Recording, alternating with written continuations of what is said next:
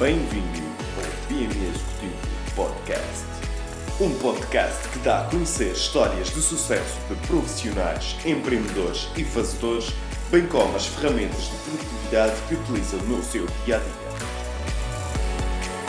PME Executivo Podcast. Olá a todos! Estamos de volta para mais um episódio do PME Executivo Podcast.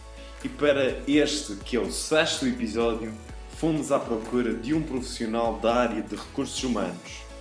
E foi com muito entusiasmo que entrevistamos a Patrícia Aguiar, consultora sénior de recursos humanos e fundadora da Make It Works.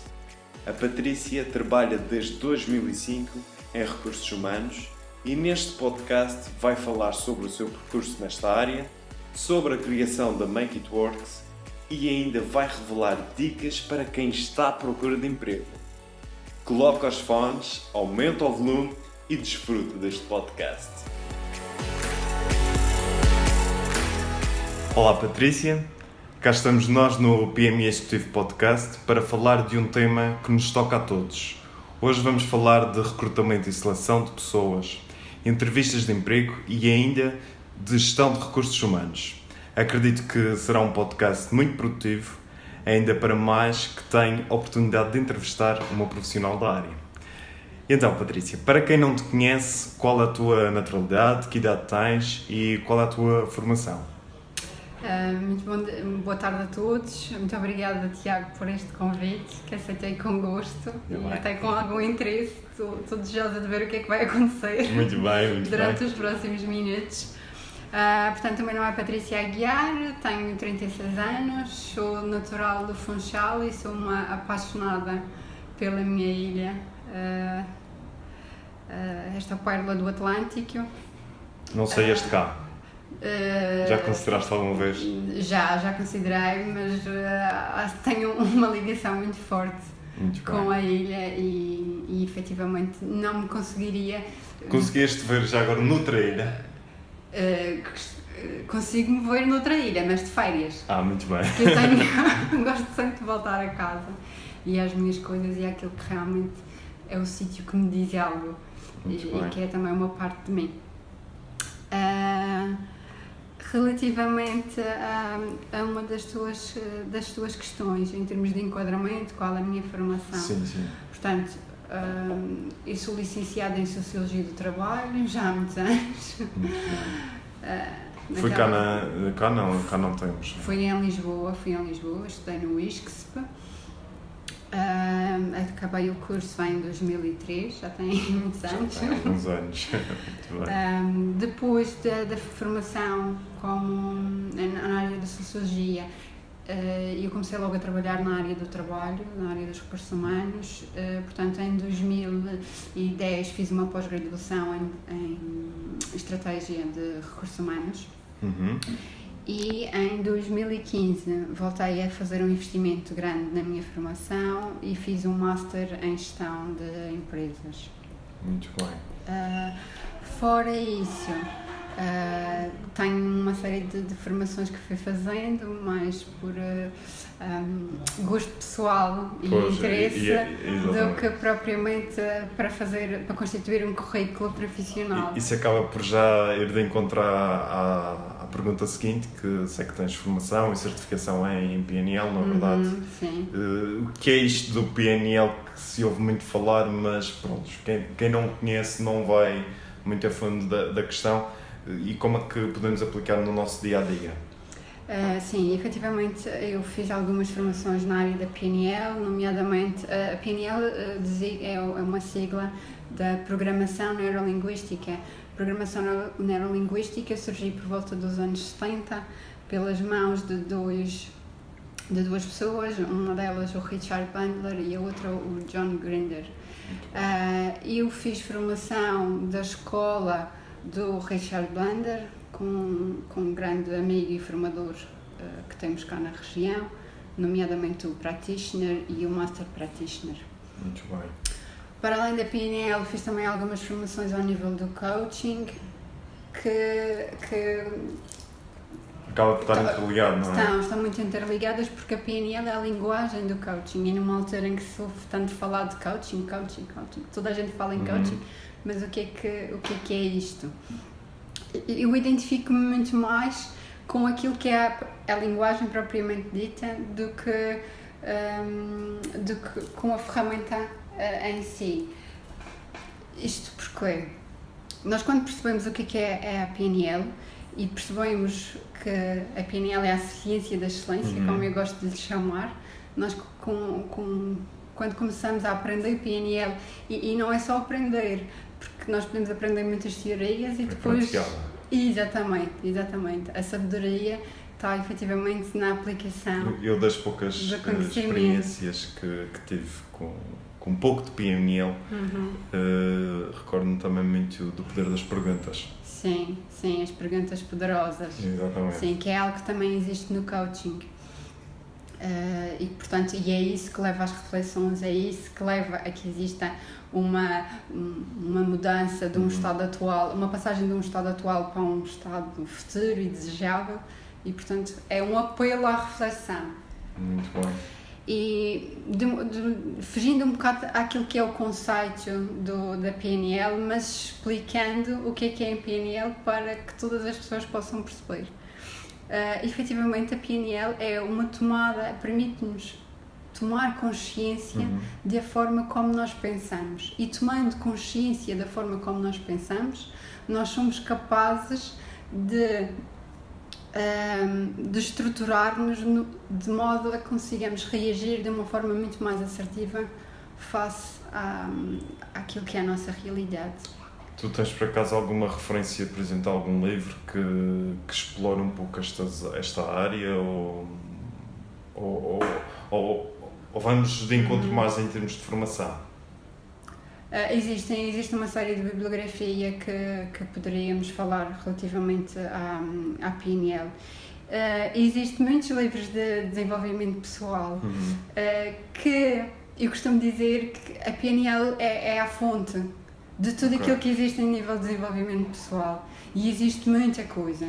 Sim, isso é verdade. Portanto, eu, por exemplo, eu fiz, para além da formação em PNL, fiz também formações em desenvolvimento pessoal de determinadas filosofias, nomeadamente fiz o método de Louise Hay, os vários níveis, fiz também formação em vendas com PNL, fiz formação em grafologia, que é a ciência que estuda o grafismo em associação com aquilo que... Grafologia? Grafologia. Mesmo Sim, da escrita. É o estudo dos traços gráficos, sim. Por acaso, eu estou-me a recordar que havia, portanto, por trás de uma assinatura, conseguíamos mais ou menos avaliar a pessoa, as assinaturas mais pequenas, as maiores. Sim, isso tem a ver com... Nós em grafologia analisamos a dimensão da letra e associamos muito aos egos, ao superego. Muito bem, entrando aqui no teu percurso profissional, onde é que começa? Sempre estiveste ligada à área de recursos humanos? Sim, eu tirei a minha formação na área da sociologia e eu posso dizer que fui uma sortuda, porque eu sempre soube aquilo que queria fazer. Lembro-me quando era adolescente e andava na escola, davam uns programas de entrevistas sobre temas sociais e eu papava aquilo tudo, basicamente ficava até às 11, meia-noite a ver os programas, e então eu sabia que queria fazer qualquer coisa dentro da área social, mas depois também andava a pescar o olho à área da gestão, e então andava ali, psicologia, não psicologia, sociologia, não, sim, talvez. E então lá o destino pôs-me no caminho da sociologia. O sonho de mandar a vida, não é? Sim, e a área do trabalho também foi uma área sempre que me suscitou bastante interesse. Isto porque eu cresci com dois referenciais dos meus pais, um do meu pai e um da minha mãe. O meu pai tinha uma empresa e era ele próprio, designava-se o patrão. Hoje em dia fala-se muito em liderança, mas eu olhava para o meu pai e eu via a forma como ele tratava os funcionários dele. E eu achava aquilo tão bonito. E por outro lado, eu tinha outro referencial da minha mãe, que andava sempre muito agitada com tudo aquilo que se relacionava com o trabalho. E eu então achava curioso como é que, tanto estando a falar da mesma coisa, ambos terem uma atividade profissional, porque é que o registro de um era totalmente diferente do registro do outro. E de forma, quando eu entrei em Sociologia do Trabalho e depois fiz toda a especialização na área do trabalho, e quando tive a minha primeira experiência profissional foi como estagiária, e tive muita sorte porque estive numa área de desenvolvimento de recursos humanos, onde aprendi muito, e agradeço muito àquela que foi a minha primeira experiência. Ainda hoje recordo-me muito bem da pessoa que me acompanhou, que tive a sorte de, depois deste estágio, tive algum tempo à procura da minha primeira atividade profissional a sério. Tive sorte, trabalhei como técnica de recursos humanos durante 2 anos. Após esse período houve alterações a nível da orgânica da empresa e tive a sorte de ser chamada para a diretora de recursos humanos e qualidade. Muito bem. E portanto foi... Então sempre tiveste aqui aliado à área de recursos humanos. Sim, e foi um passo de cada vez, mas passos muito sustentados. Muito bem. Trabalhar em recursos humanos hoje é diferente do trabalhar há 10 anos atrás? Necessariamente é igual, mas também é totalmente diferente. É igual no sentido que há 10 anos atrás eu tinha que gerir pessoas e hoje continuo a ter que gerir pessoas. O ativo é o mesmo. O ativo é o mesmo, exatamente. Fazer esta gestão, obviamente que se vai alterando ao longo do tempo, a própria legislação altera, a própria estrutura das empresas altera. Hoje em dia existem obrigações legais, inclusive, que temos que considerar quando se está a fazer gestão de pessoas. E as pessoas em si? Sentes que poderá haver diferença nas suas atitudes e comportamentos? Estão mais bem formadas? Qual é o principal fator que tu destacarias? Sim, a verdade é que o próprio percurso formativo das pessoas está a cada vez mais a dar mais e mais competências. E obviamente temos no mercado de trabalho, a cada ano que passa, mais pessoas qualificadas. E portanto isso resultará, pelo menos em teoria, num aumento das competências para organizações.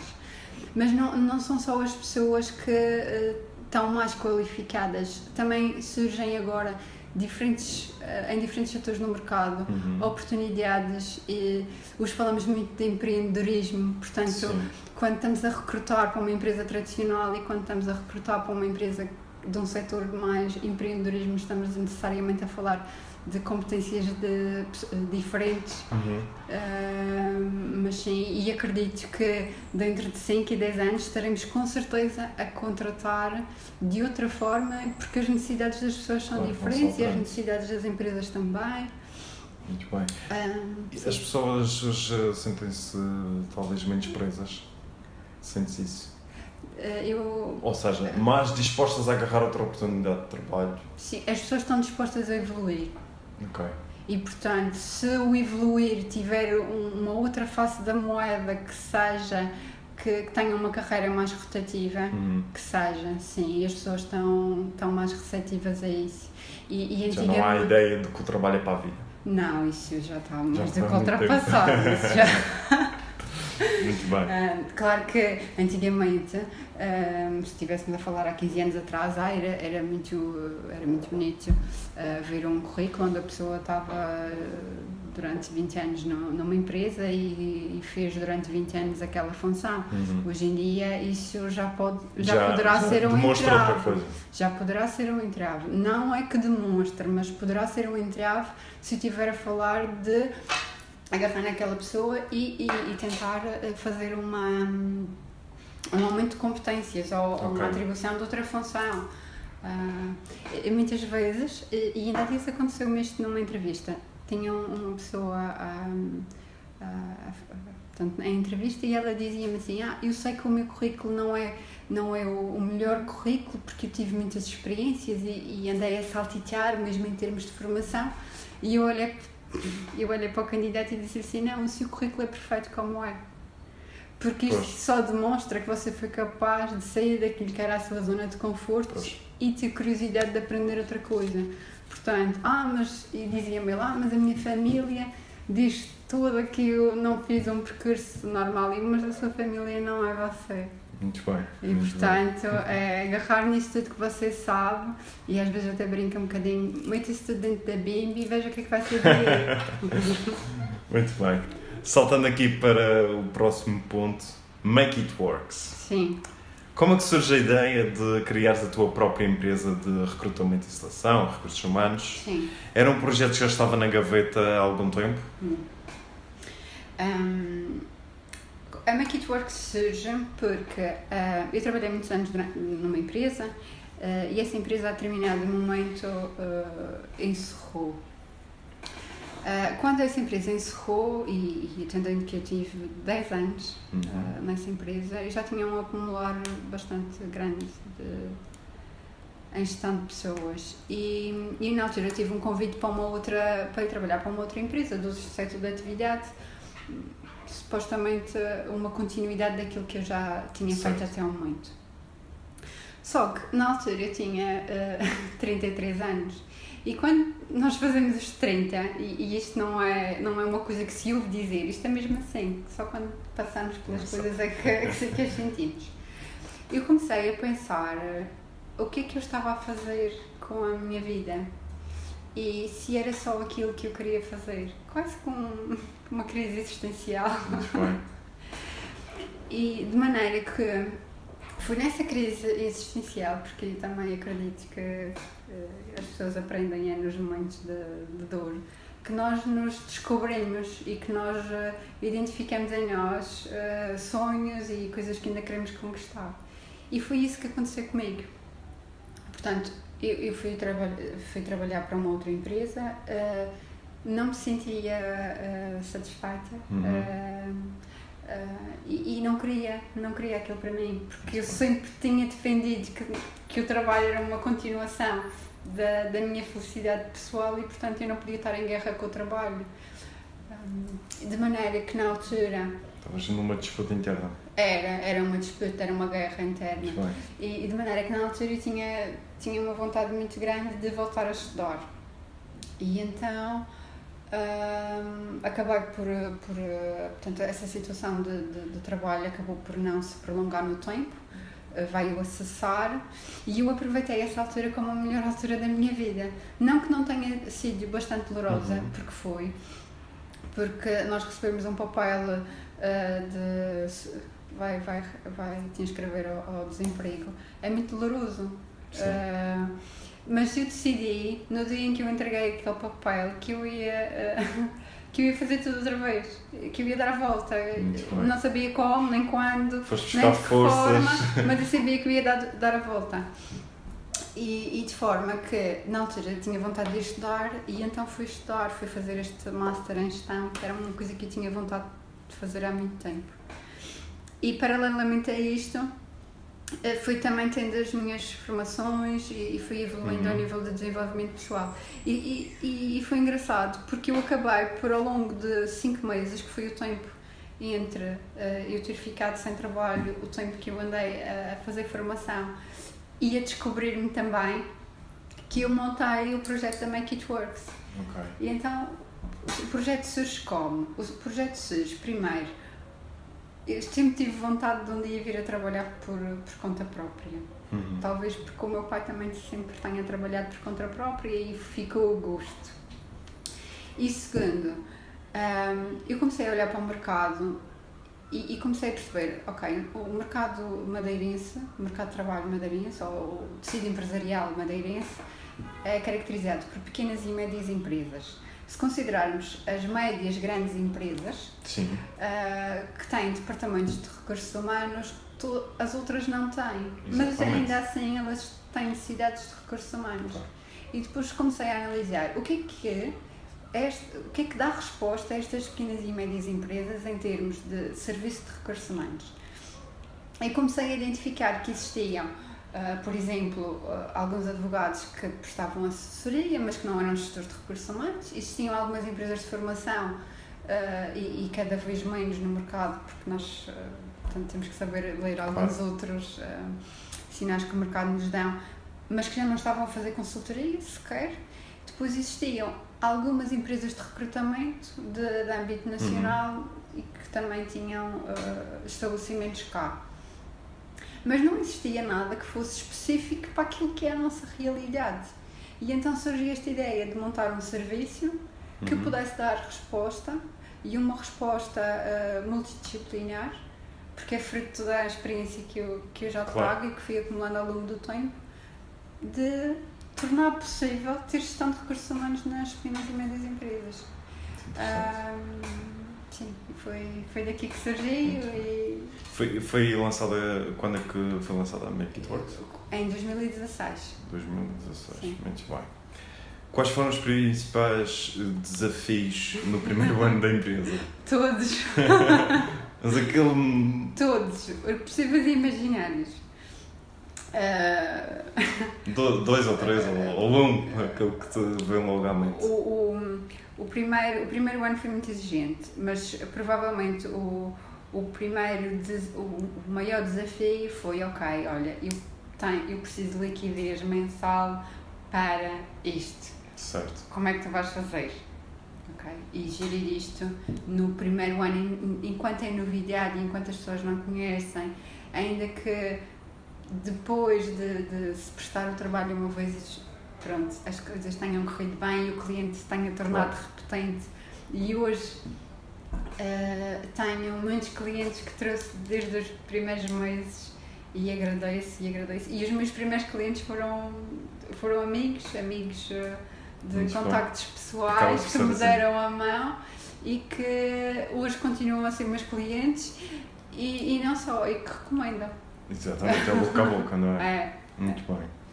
Ainda te recordas da primeira entrevista que fizeste pela Make It Works? O que é que tu sentiste nesse momento? Não me recordo da primeira entrevista, não posso dizer que tenha sido um facto marcante, mas recordo-me sim daquele primeiro cliente que me atribuiu um processo de recrutamento.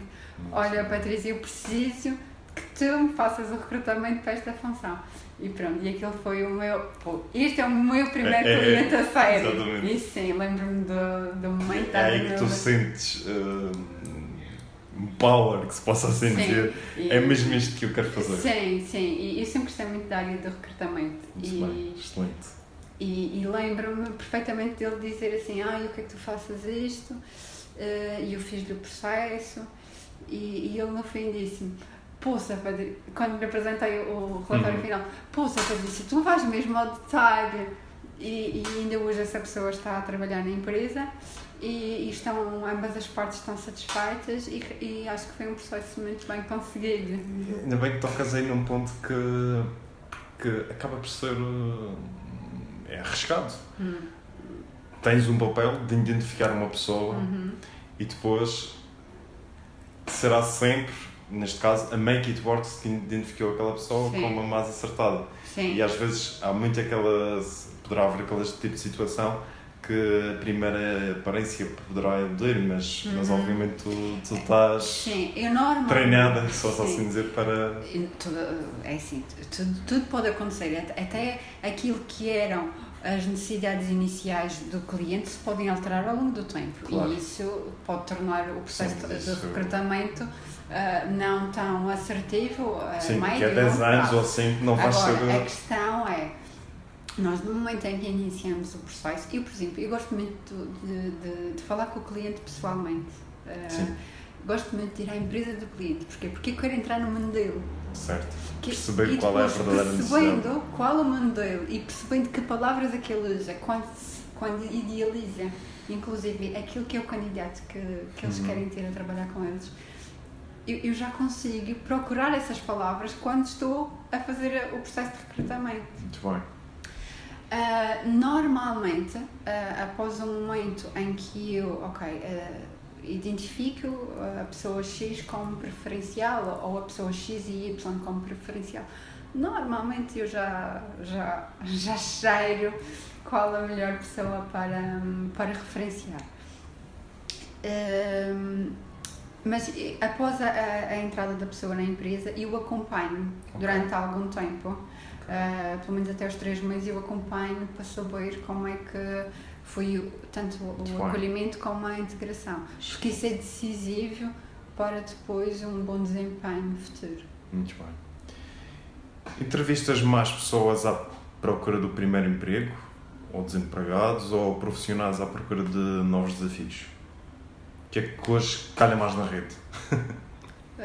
Calha-me um pouco de tudo, depende muito de qual a função que eu quero contratar.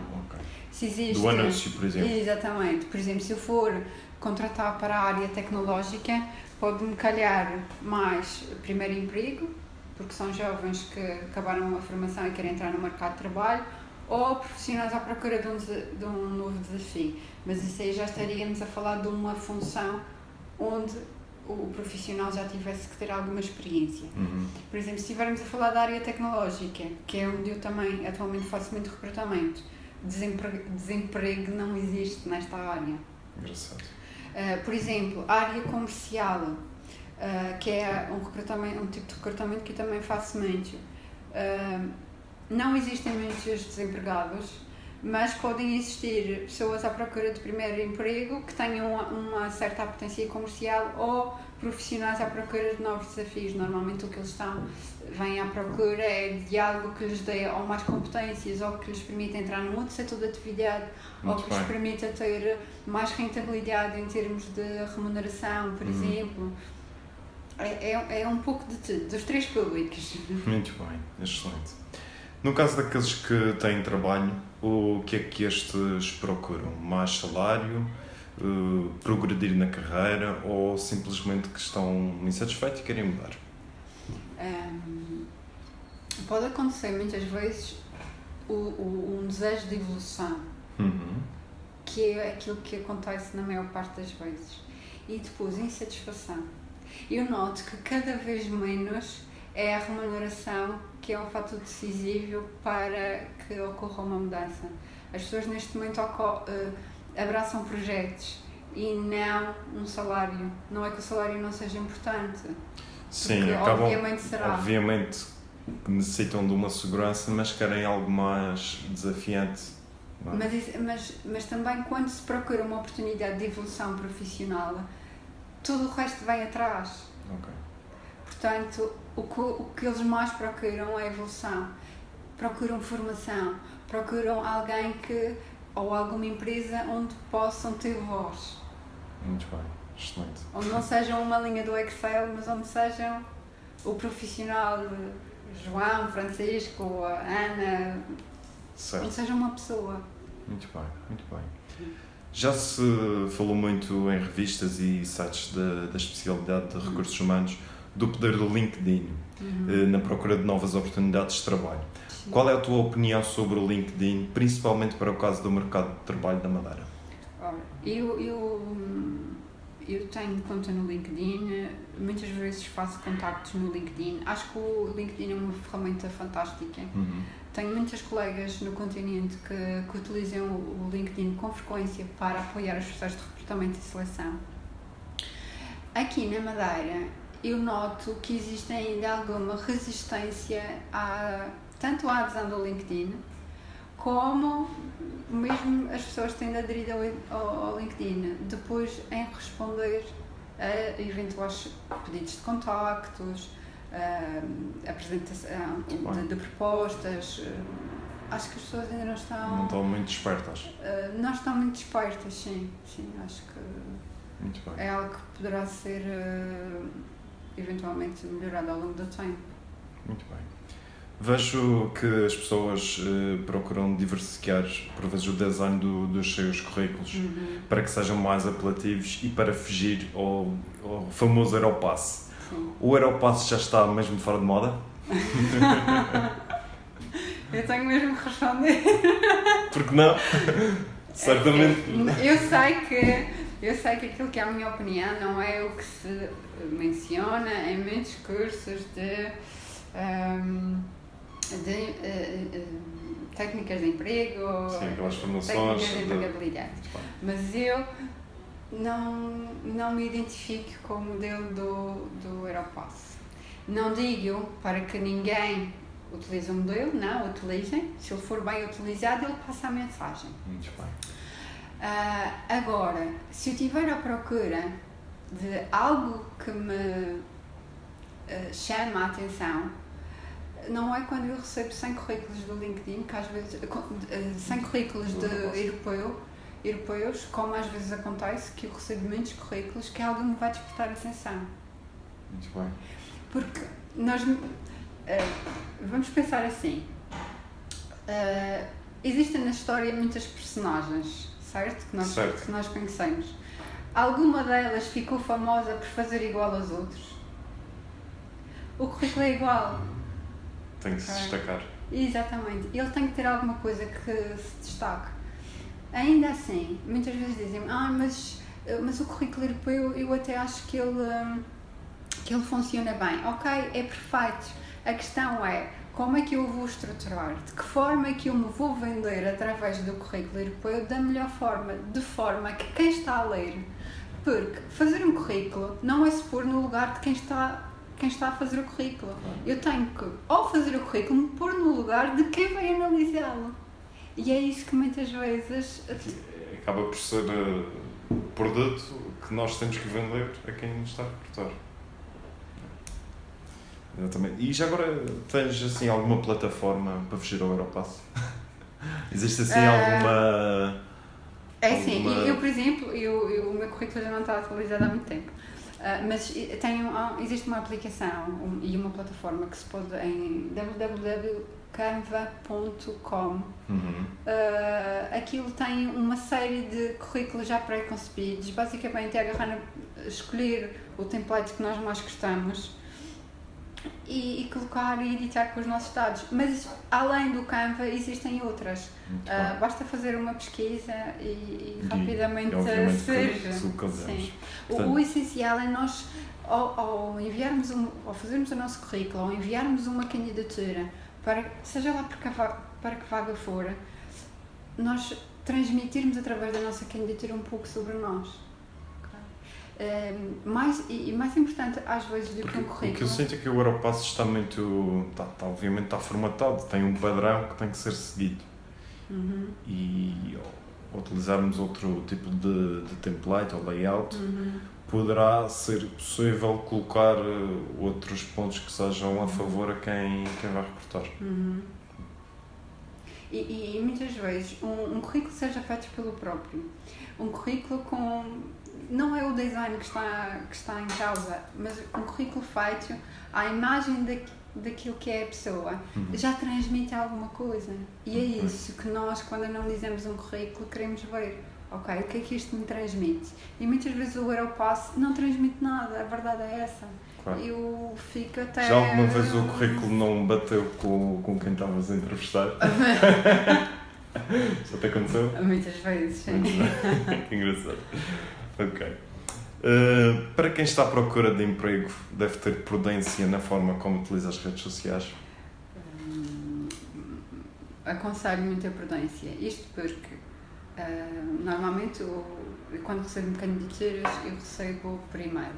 Portanto, já lá está identificado o e-mail da pessoa.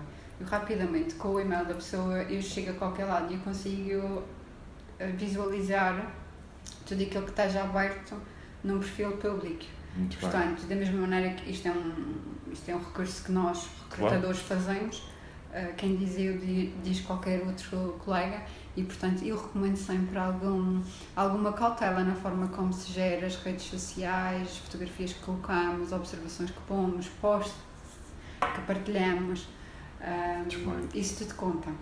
Muito bem.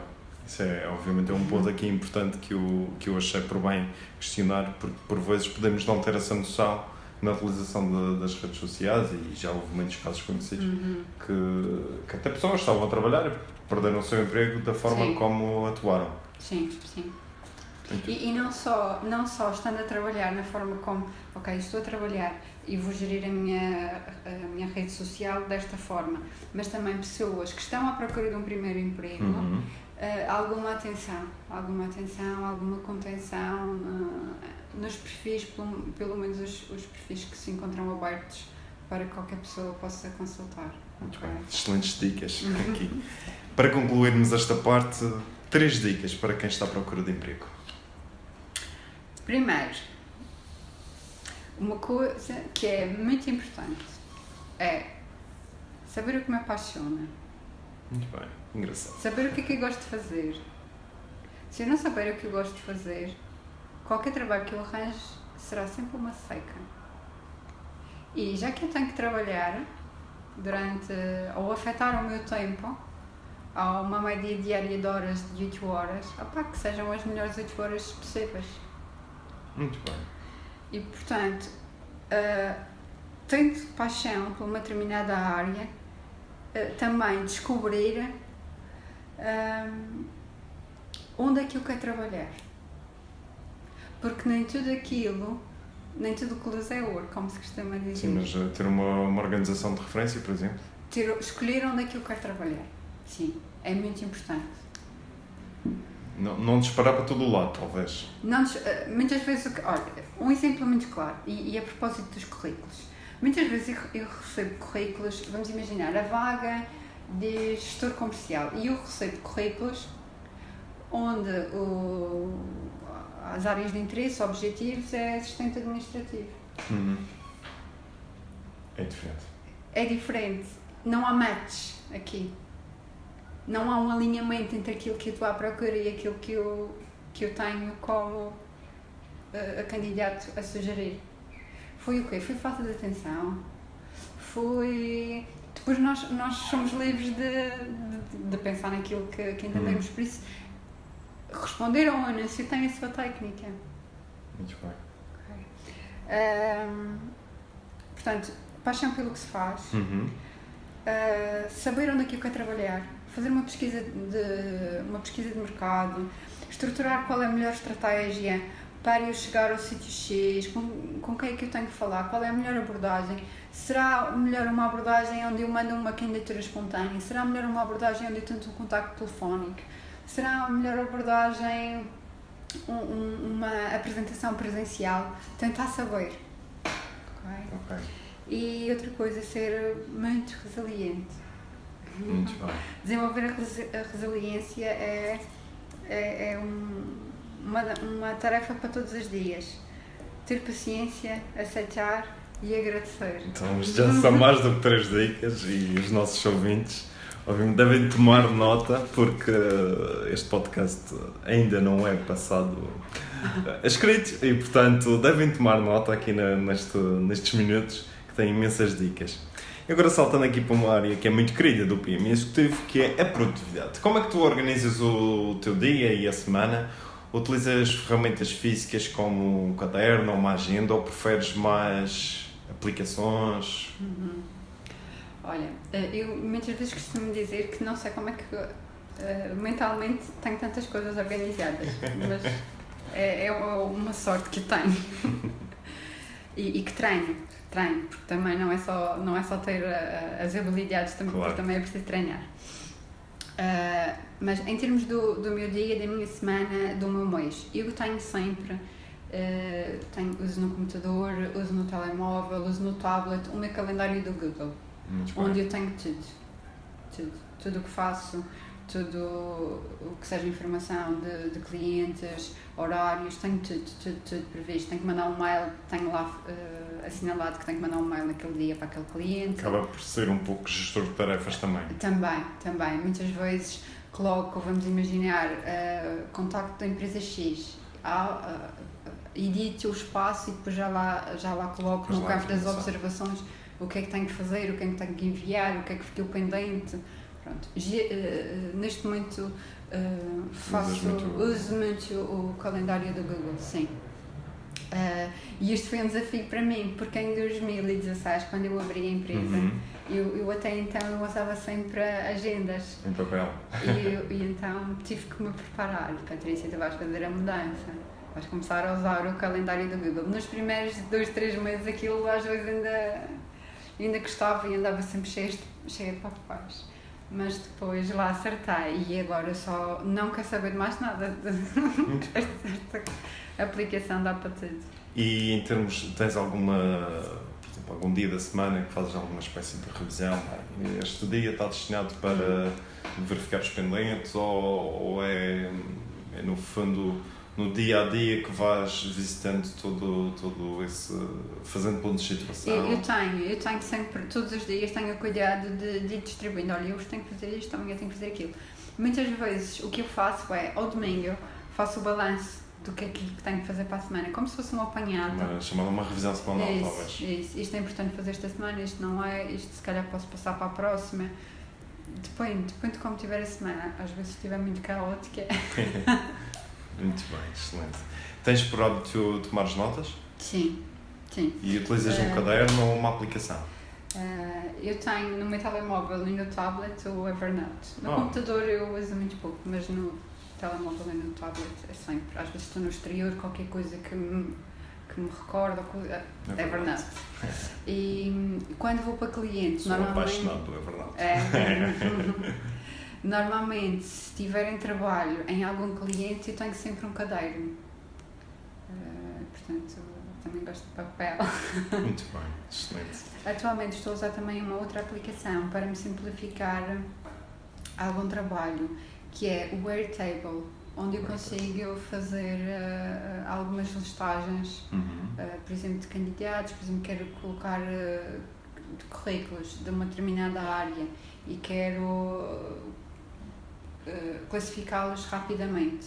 Portanto, faço no Airtable e é muito fácil. Muito bem.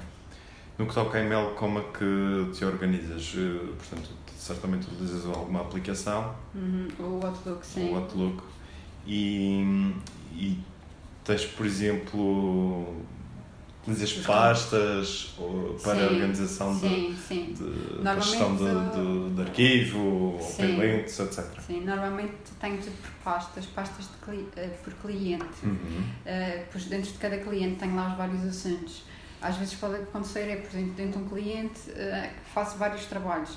Tenho o recrutamento A, o recrutamento B, o C, mas sim, sempre foi muito organizada. E aliás, uma vez que trabalho sozinha, eu não conseguiria trabalhar tão rapidamente e ao ritmo que trabalho se eu não tivesse já este sprint mental de organização. Muito bem. Utilizas alguma ferramenta para gerir os teus projetos e ideias? Ou algum método? Por exemplo, existe o chamado Personal Kanban, não sei se já ouviste falar, ou mesmo aplicações como o Trello, não sei. Não utilizo, não. Sou da velha guarda. Vou no caderninho, faço um esquema, um desenho e depois ponho sempre a data. Muito bem. E depois se tiver que fazer edições a esse documento, arranja uma caneta de outra cor, por isso a minha secretária está cheia de canetas de cor. Muito bem, excelente. Ok, já estamos a chegar aqui à fase final. Para concluirmos aqui algumas respostas rápidas, o melhor livro que já leste? Olha, um livro que é fantástico e que recomendo a todos aqueles que possam ler. A Arte da Guerra. A Arte da Guerra. Podem tirar vão ao Google, colocam A Arte da Guerra, A em PDF. Excelente para ler. Um dos livros que estás a ler neste momento? Olha, estou a ler um livro fantástico que se chama Engenharia Interior e é de um senhor, um mestre indiano, que se chama Sadhguru, e que dá exemplos sobre a vida, exemplos muito simples. E eu gosto muito deste tipo de leitura. Ok. A tua aplicação favorita? O Outlook. O Outlook. No meu telemóvel está. Um país a visitar? Itália. Porquê? Porque eu já estive em Roma e com certeza de todas as viagens que eu já fiz, e eu já fiz algumas viagens na Europa, eu apaixonei-me completamente por Itália. E também gosto muito de comer, por isso. Massa. Por isso a pasta. Tua deixou-me referência como líder? Olha,